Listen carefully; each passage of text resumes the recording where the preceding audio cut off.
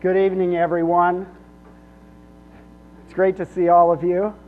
We're going to begin right now tonight. I'm feeling like that there's too much to cover in one night, but we're going to do the best that we can. I do want to tell you that the next 3 weeks, or the last 3 weeks of this series, is going to be a very close scrutiny of evolutionary principles, basic evolutionary tenets. We're going to be looking at the evidence about evolution itself. So those last 3 nights in this series, I feel are going to be very faith-building to you. I hope what has happened before has been faith-building.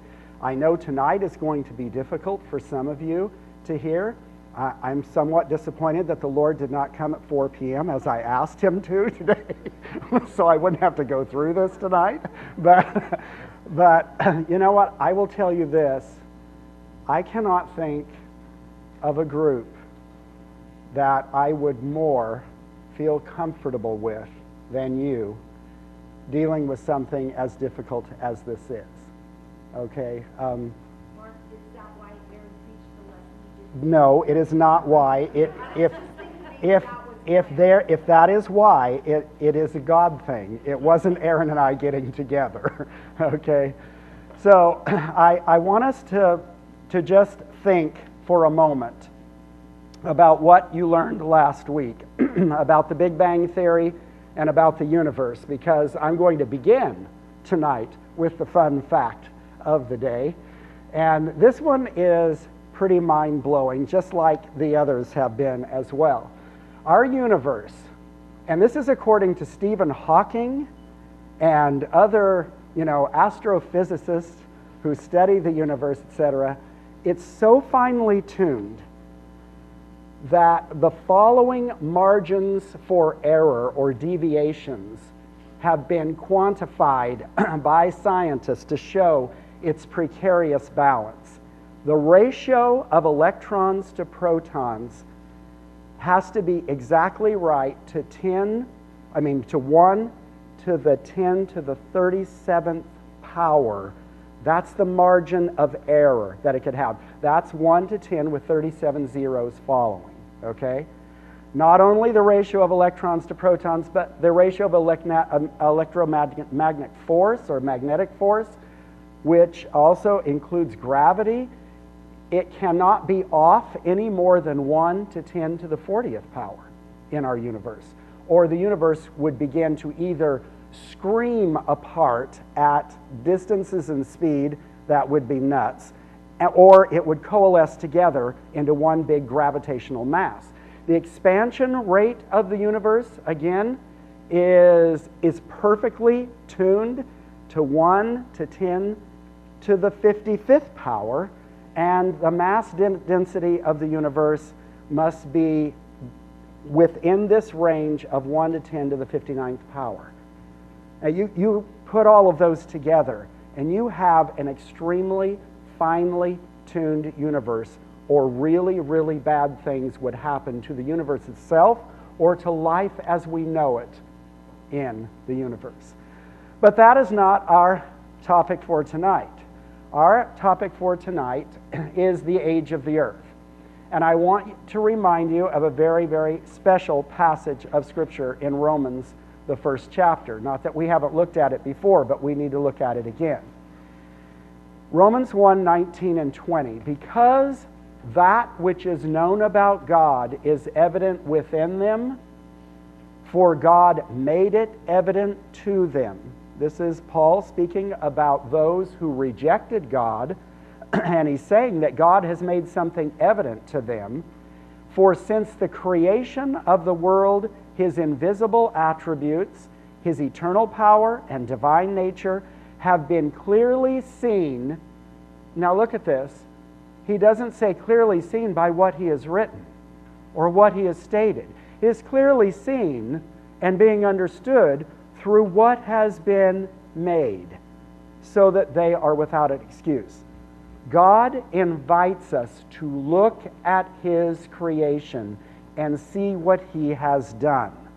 And so that's what we're going to be doing tonight.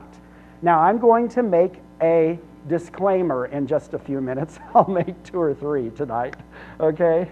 Just to make sure that I've got that down. But I'll make a disclaimer right after I look at this.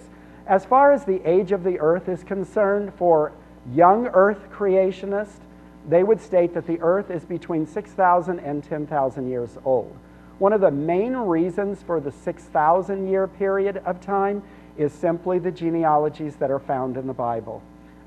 Bishop Ussher in the 1600s came to a conclusion about the genealogies and actually stated that creation day began 4004 BC in that year.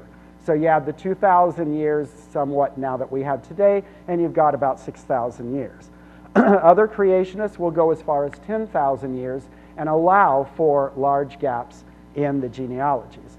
Ancient earth creationists or old earth creationists will argue that the earth is around 4.5 billion years old. They argue this based upon the science of today, that scientists today are in agreement for the most part that the earth is around 4.5 billion years old. Now, here's my disclaimer. I'm going to read it to make sure I get it right. For every argument that I set forth today, either pro or con, there is a counter argument. I have come to my own conclusions, maybe fragile at this point, but my own conclusions regarding the age of the earth based upon the validity or weight of those arguments and counter arguments that I have studied, but it's not on the basis that there are no counter arguments. So just because I don't mention counter arguments or because I don't mention an argument tonight doesn't mean that there are none. Please understand that. Obviously, I cannot discuss and cover all of the arguments in a 1-hour session tonight, okay? And now, Stephen Meyer is going to talk to you for about 2 minutes, okay? And he's going to say something that I think is important, and then I'll comment on that. And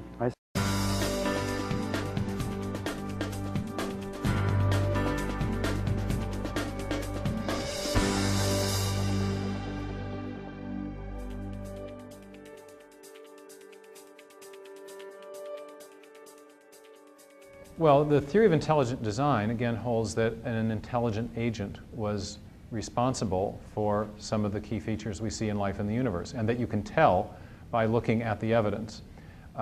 It's an age-neutral position, therefore. I hold an old Earth view. I think the Earth and the universe are very old. But someone could believe that the Earth was young and still see that there was evidence of design in the universe. So the question of how long ago the design was actualized is of secondary importance to many of the scientists who are involved in the discussion. So some think it's old, most think it's old, but there are some young Earth creationists who think the evidence of design originated recently. All advocates of young Earth creationism necessarily believe in intelligent design, but not everyone who believes in intelligent design believes in young Earth creationism. In fact, I would say most don't. It is not intrinsic to the position of intelligent design that you believe that the Earth is young or that the Genesis days were literal 24-hour periods.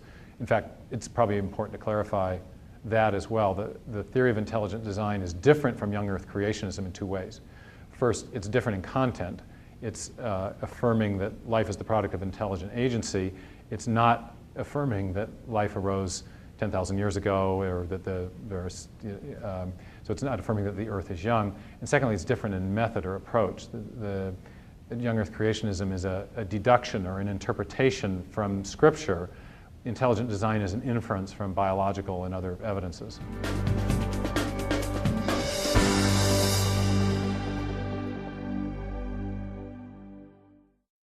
so I think Dr. Meyer puts this in perspective.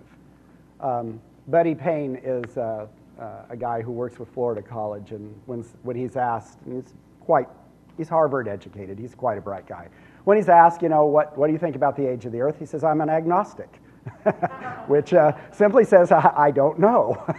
I don't know how old the Earth is, and that it doesn't really matter to him in that case. And one of the things that I've written in this right here, you'll see it on, and if you're not on page 13, go ahead and get there.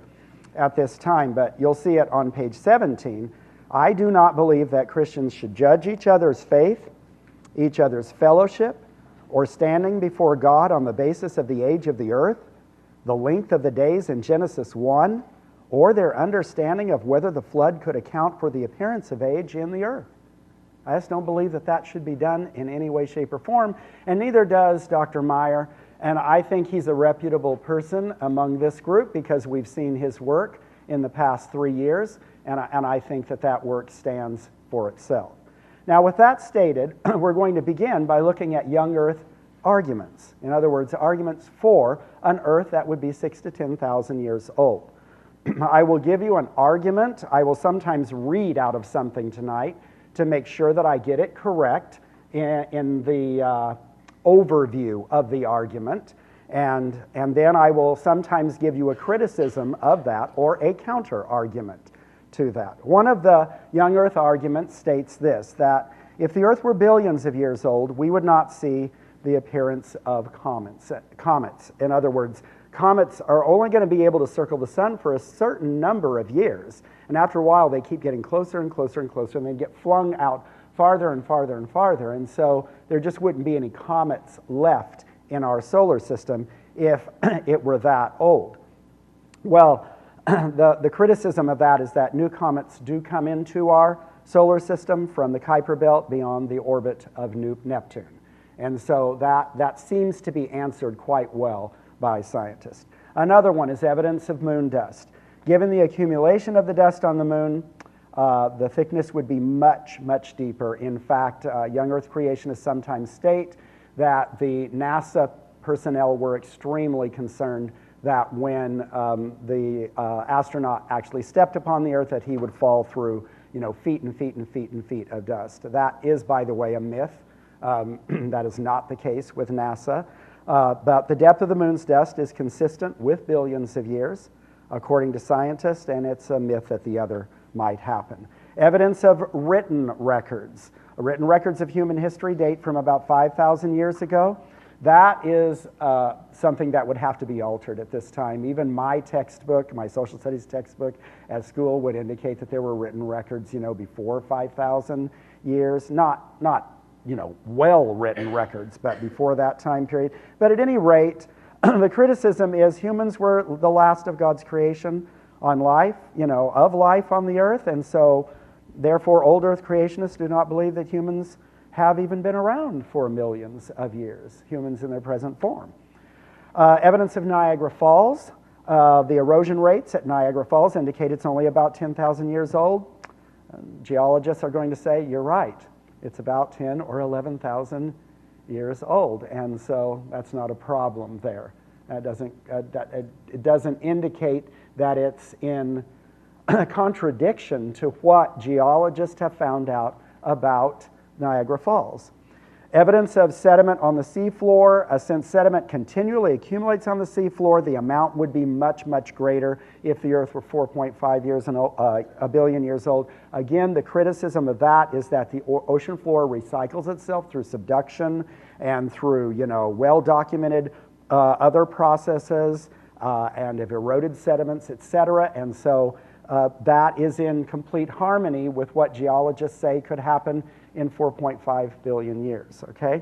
Evidence of sea salt. Young Earth creationists will say that the amount of salt in the ocean would be much, much greater if the Earth were billions of years old, but they don't take into consideration, scientists say, that processes remove salt from the ocean, such as sea spray, chemical reactions from deep sea vents, deposition, and again, plate subduction. So they have accounted for the salt that is in the ocean at this time. Evidence of biblical genealogies. Adding up biblical genealogies determined the age of the Earth about 6,000 years.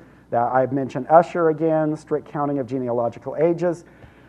I think I'm going to make the criticism of that.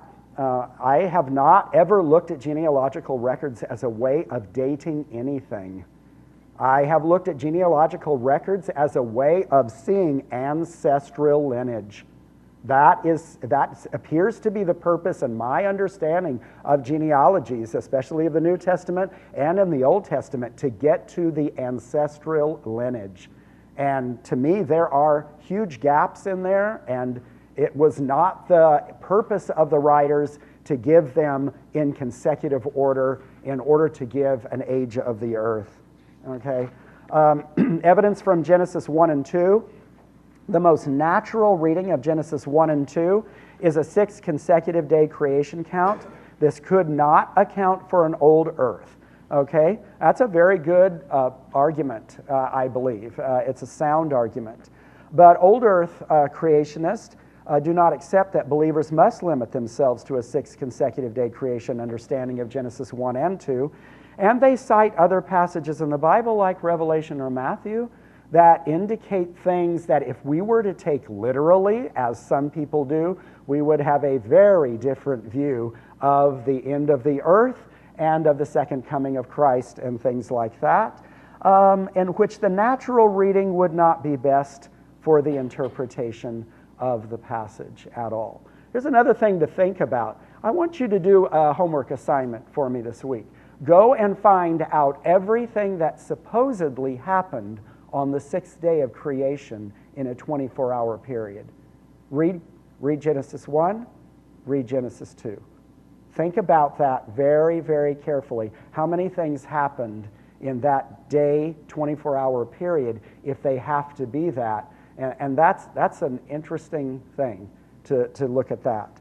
Okay, next, inaccurate scientific dating methods. Young Earth creationists have stated that scientists have been incorrect when using dating methods, and their methods, especially radiometric dating, have been repeatedly proven inaccurate. That is false, okay? I'm going to say that my study has brought me to the conclusion that that is false. Now, I know I've heard that before from people, but yes, there have been some inaccurate datings being done, but they have all been accounted for particular reasons. Believe me, scientists, when they're doing any calculation, can make an inaccurate calculation, and later on when they begin to look at those calculations, cross-check them, have other scientists look at their work, which is what scientists do all the time, they sometimes find, hey, that's inaccurate, and we found it out for this particular reason. We'll have more to say about radiometric dating in a few minutes. Now, the next one is the appearance, or next two are the appearance of age argument. And this seems to be one that I think a lot of people, a lot of Christians use when they haven't really thought about it and studied it very carefully. They just say, well, God created Adam and Eve with age, right? And so they extrapolate from that. Then he created the earth with age. And so it's only the appearance of age in the earth. Well, that I think has a problem, because Romans 1:20 tells us to look at the creation, to look at the evidence that God has given. And it would seem a thing that would be contradictory to God's nature, to these old earth creationists, for God to say, take a hard look at creation, and yet when you look at it, I've placed age in the earth artificially, and that might confuse you, but you need to figure that out. That's quite an interesting thing, because when you talk to almost any scientist, and I'm not talking about scientists who believe in creation or who don't believe in creation, but to any scientist, they're going to tell you that the earth appears to be old. I have something else I would like to ask you to contemplate. Richard Dawkins, okay? Richard Dawkins, that famous atheist, has made this statement about intelligent design. Quote, biology is the study of living things that appear to be designed for a purpose, end quote. Pretty amazing that Richard Dawkins says it, but he says it. In fact, I have heard, arguments on YouTube where I hear him state that. And so what he basically says is, oh, I know there's an appearance of design in the universe, but it's only an appearance. If you look at the science correctly, it is debunked. Well, I have a hard time reconciling in my mind, on the one hand, saying the appearance of design is a very strong evidence of a designer, and on the other hand, saying the appearance of age is not reliable in the earth. Do you understand what I'm saying there? Okay, so that's something that I want you to just think about. Some have said the appearance of age from Noah's flood. This is called flood geology, and we will be referring to that later on. So they say the earth again appears to be older than it actually is because of the catastrophic worldwide flood. They bring into play in that what has occurred immediately following Mount St. Helens eruption and things like that, and they bring those together and say there's only, again, an appearance of age because of the catastrophe that happened. So there's a lot about flood geology that we're going to be talking about tonight. But let's move on right now, and let's look at what science currently says about the age of the Earth. First of all, we're going to look at this geological strata, or stratigraphy, okay? By identifying strata in various parts of the Earth, and by noticing similarities in the layers, especially in this youngest layer on top for the most part, and oldest layer, that is on bottom, scientists have been calculating the Earth's age as very ancient since the 1600s. Now, let me ask you this question. They've been dating the Earth back to the 1600s as ancient. That predates whom? That predates Darwin. Okay, so their dating methods of stratigraphy is something that is apart from what they had known or had any inclination of knowing about Darwinian evolution. I think that is something that you have to understand, that it's not, all geologists aren't looking at the Earth's strata and saying, well, it has to be ancient because we need that much time in order to allow Darwinian evolution with natural selection and mutations, etc., and genetic drift and all these other things to occur. That's not necessarily true, okay?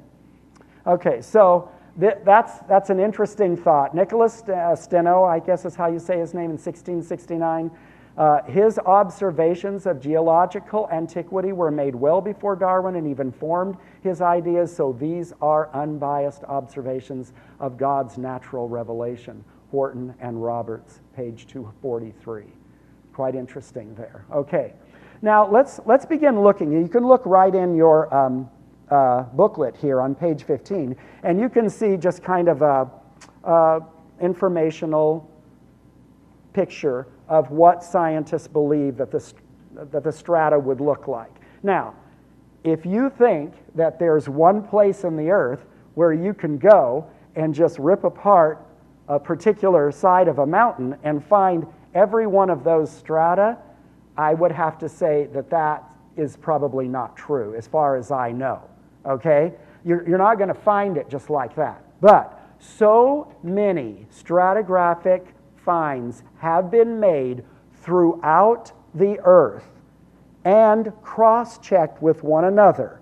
And when they are inverted or in a different pattern, it appears to be because of the fact of mountain building or other forces that push things up and turn them in a particular way. Okay? So, once cross-checked again and again, scientists and geologists have come to a conclusion that at this point, these are the strata of the Earth. And they believe that strata could only occur over long, long periods of time. For example, limestone. And here's an example of what you had before. Oh, excuse me. Did I miss my... I missed a slide there.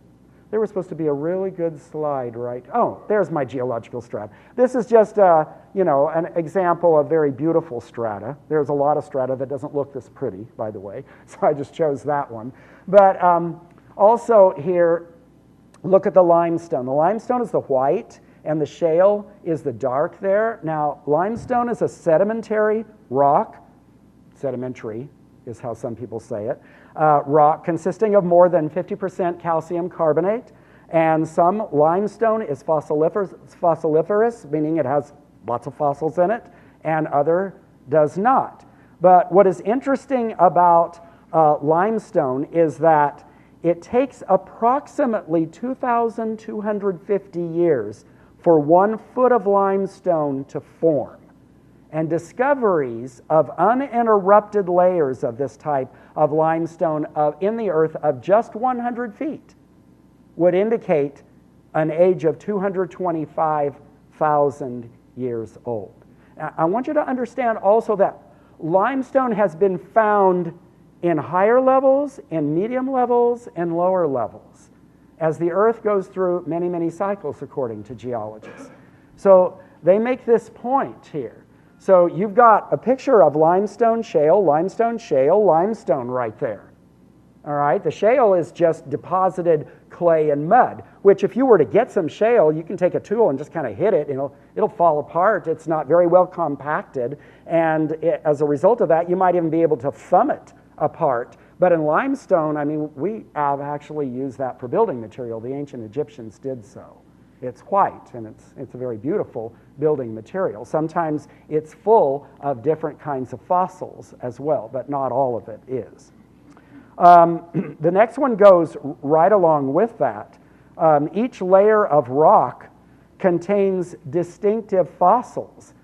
And so scientists once again have cross-checked these all throughout the earth, and they have seen certain fossils in higher levels, in medium levels, in lower levels, okay?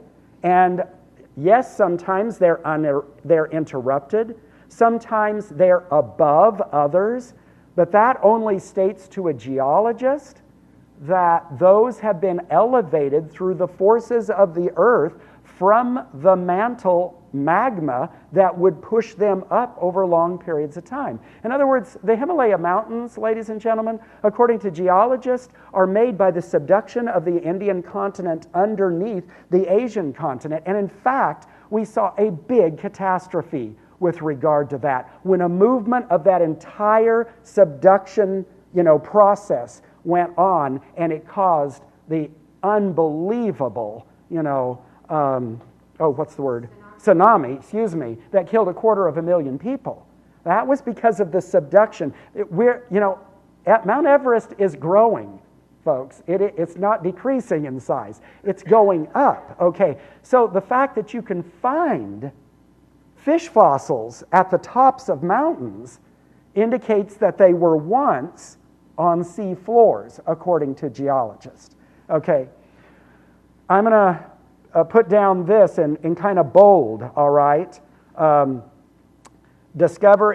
order of these fossils is so consistent on every major land mass that scientists can now divide the Earth's history into specific eons or epochs based upon the appearance of these index fossils. And that's what you see a picture of right there on page 15.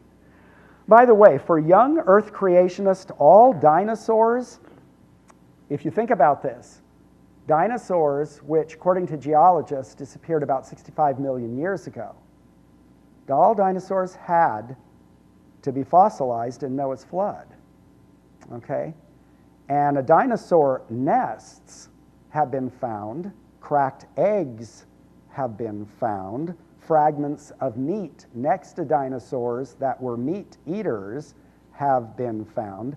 Dinosaur poop, which is called coprolite, has been found as well. It's very hard for me to understand how the dinosaurs could be fossilized by a catastrophic flood in that way.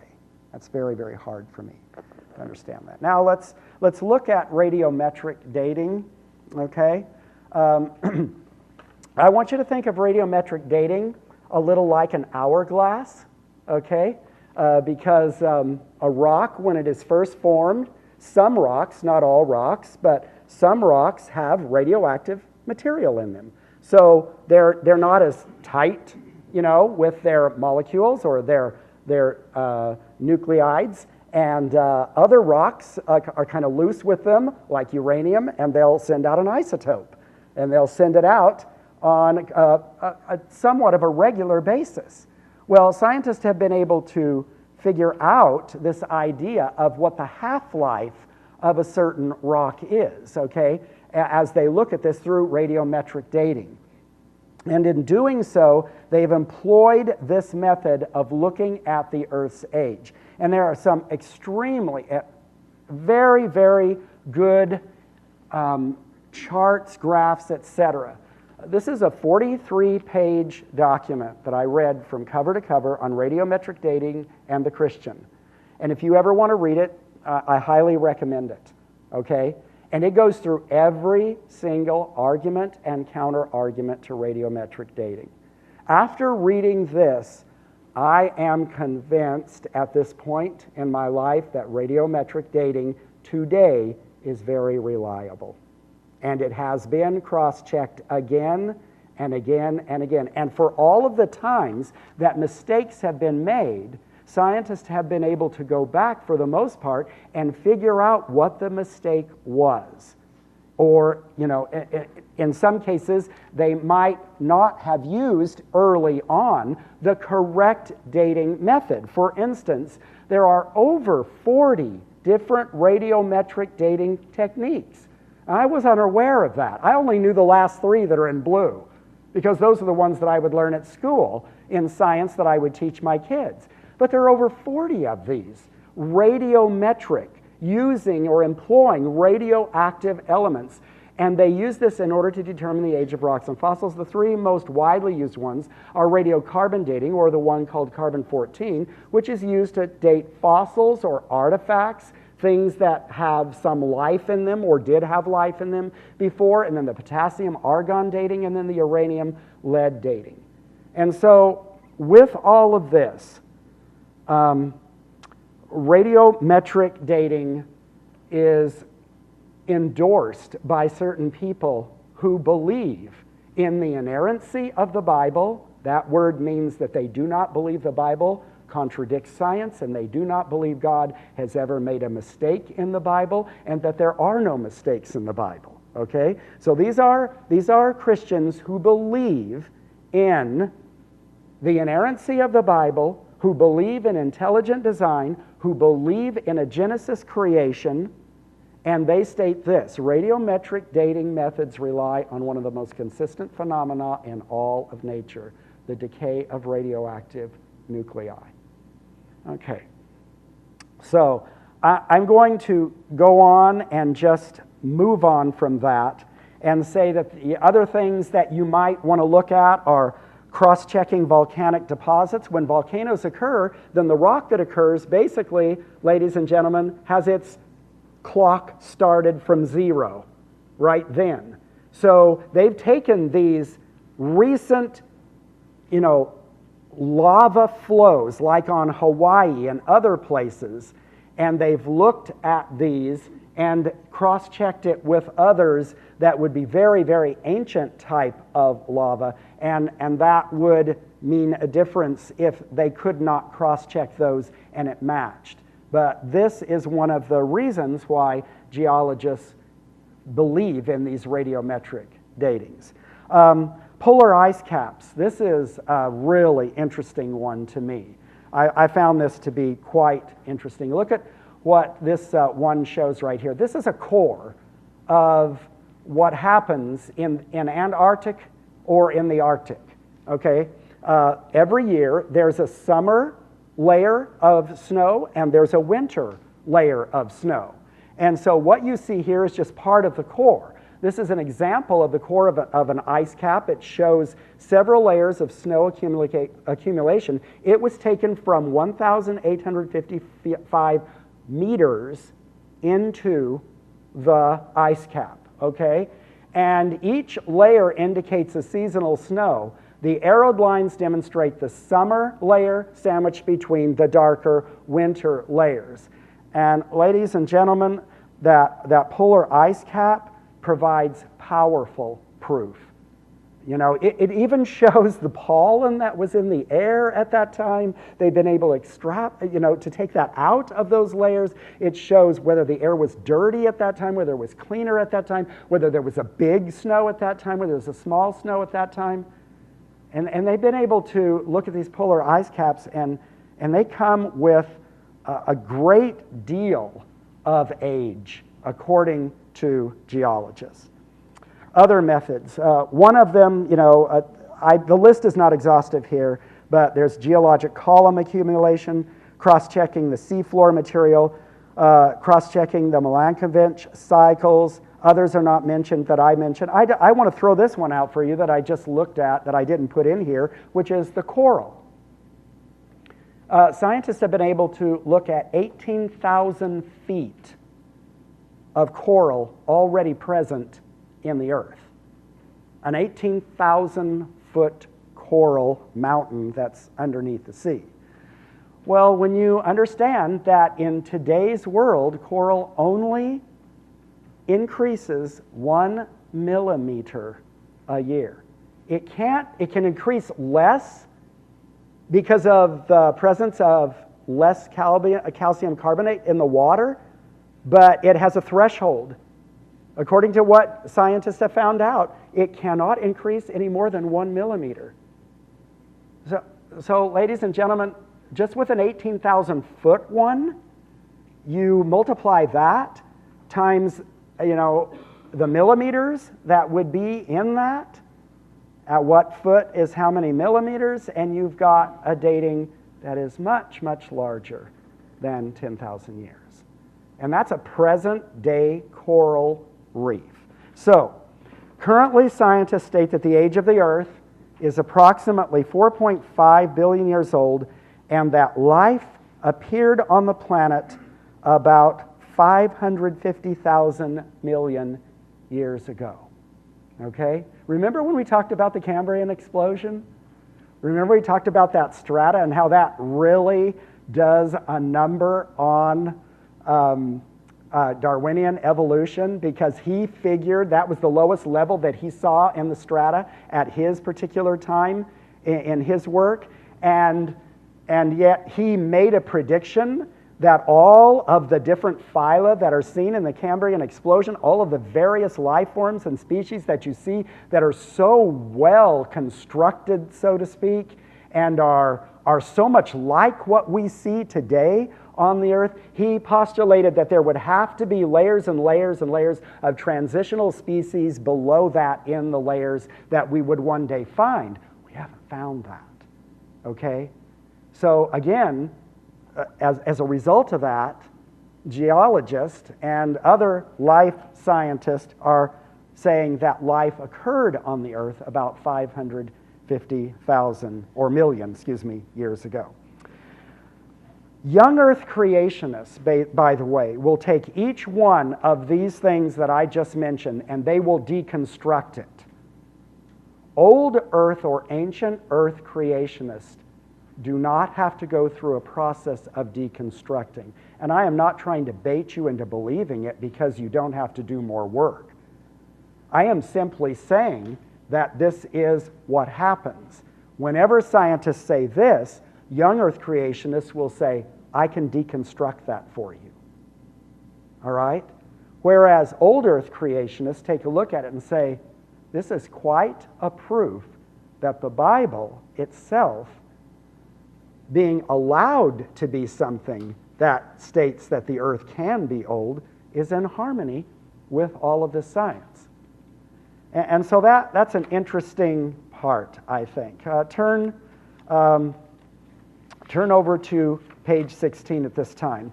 The Bible, creation, and an old earth. The question I think that we have to look at is it possible to reconcile an old earth model with a biblical record? Well, several scientists who believe in God and the inspiration of the Bible say yes, and Stephen Meyer is one of those, okay? I'm going to go all the way down to D. You can read B on your own later on. It's from Thomas Aquinas, and I think it's quite an interesting quote, okay? But let's go on beyond this now.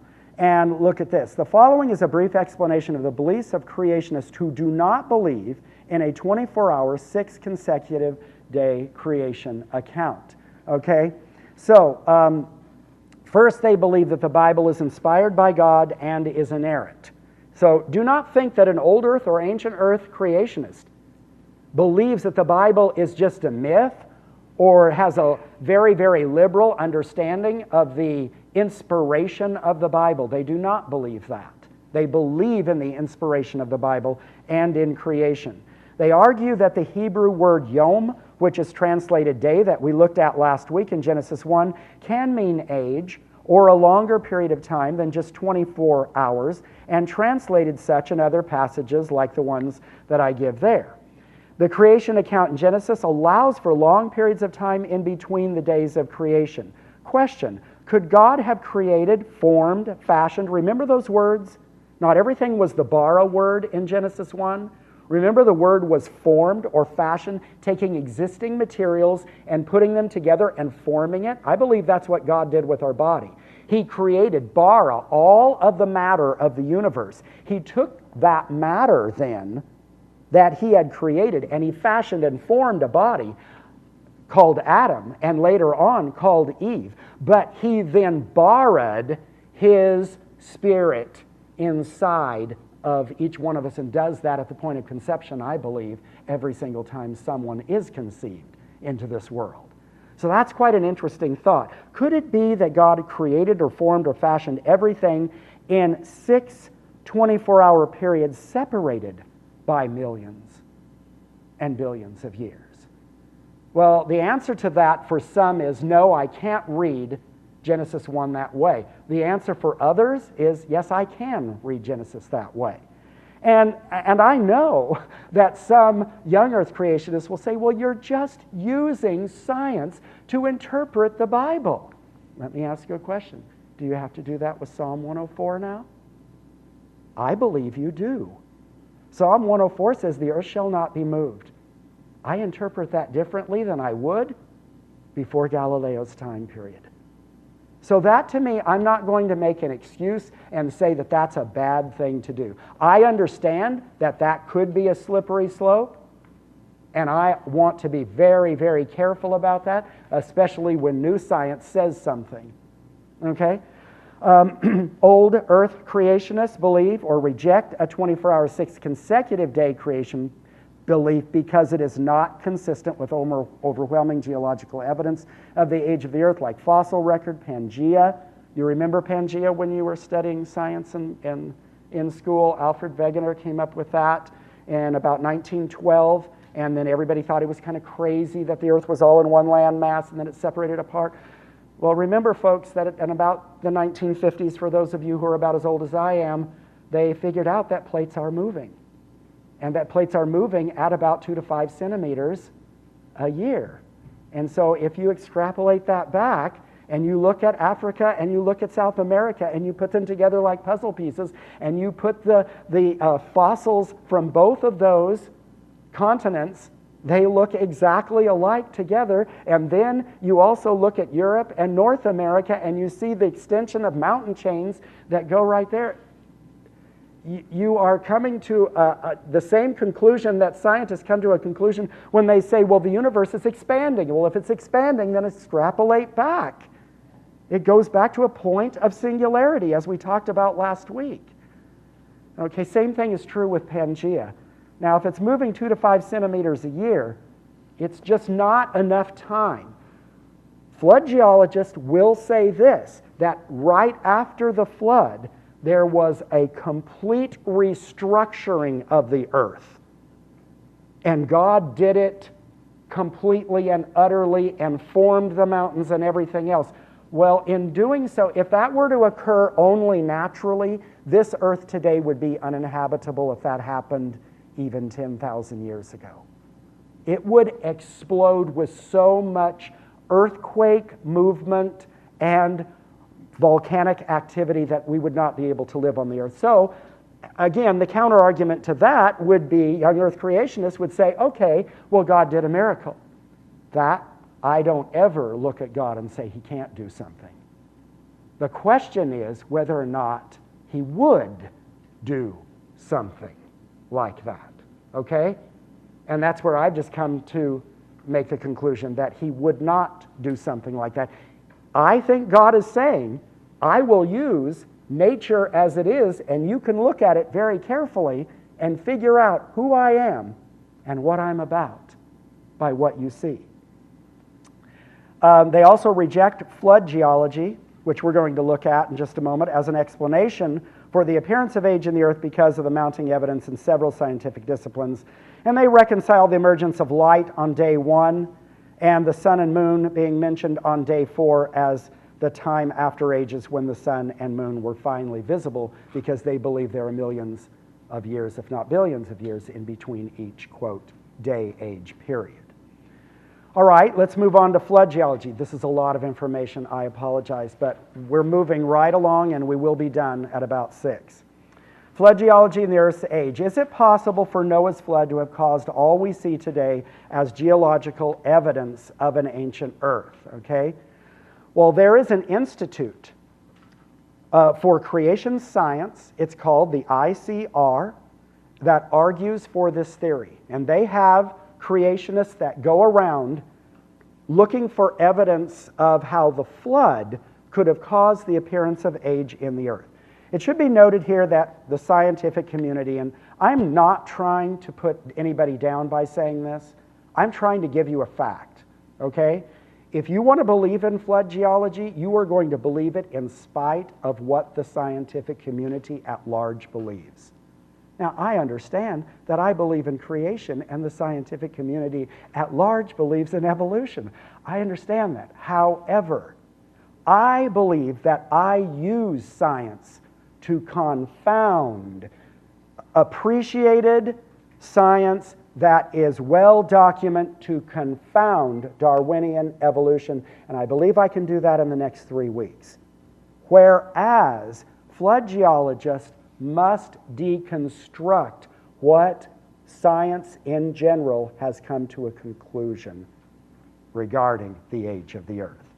So they don't believe, they reject at large, they don't take seriously the, quote, science of ICR. Now, I was just talking to Brennan tonight, and he was giving information to a particular friend of his who's an atheist, and he says, man, that guy will just come back with volumes of scientific evidence whenever I give him evidence. I said, well, what kind of evidence are you giving him? And so he's going to go back and check it. And when he goes back and check it, he's going to, think, well, am I using Institute for Creation Research?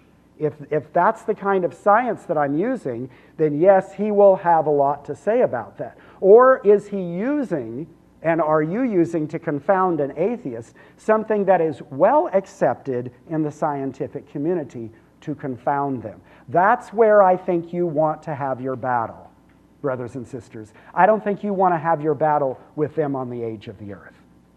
I don't think that that's a necessary battle. You know how you do that as parents? You say, that's not a hill I want to die on, right there with this kid. Okay, I don't think that that's what we want to do with atheists. I think we want to confront atheists with intelligent design arguments, okay, and with internal evidence in the Bible, those things like that, okay? So I'm going to just read, I don't have time. I apologize. I would love for you to read Clayton, pages 233 to 234, a book called The Source, which is just an awesome book here, guys. And he goes through and he gives a discussion of flood geology that is amazing.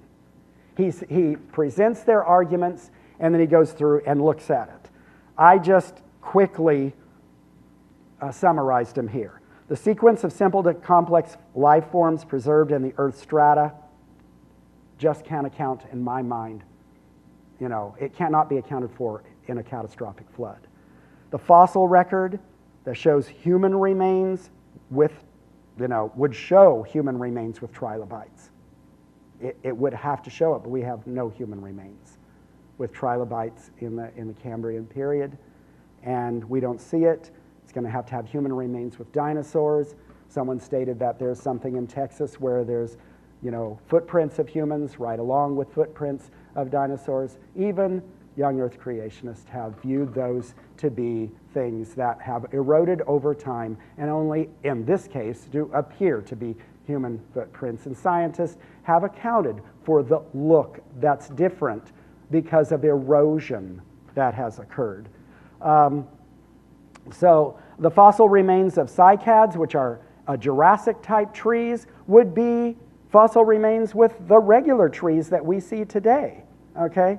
Flood geology cannot account for the sedimentary strata from wind-blown sandstone deposits that were once vast deserts or numerous layers of volcanic rock that lie between two supposedly flood-deposited layers.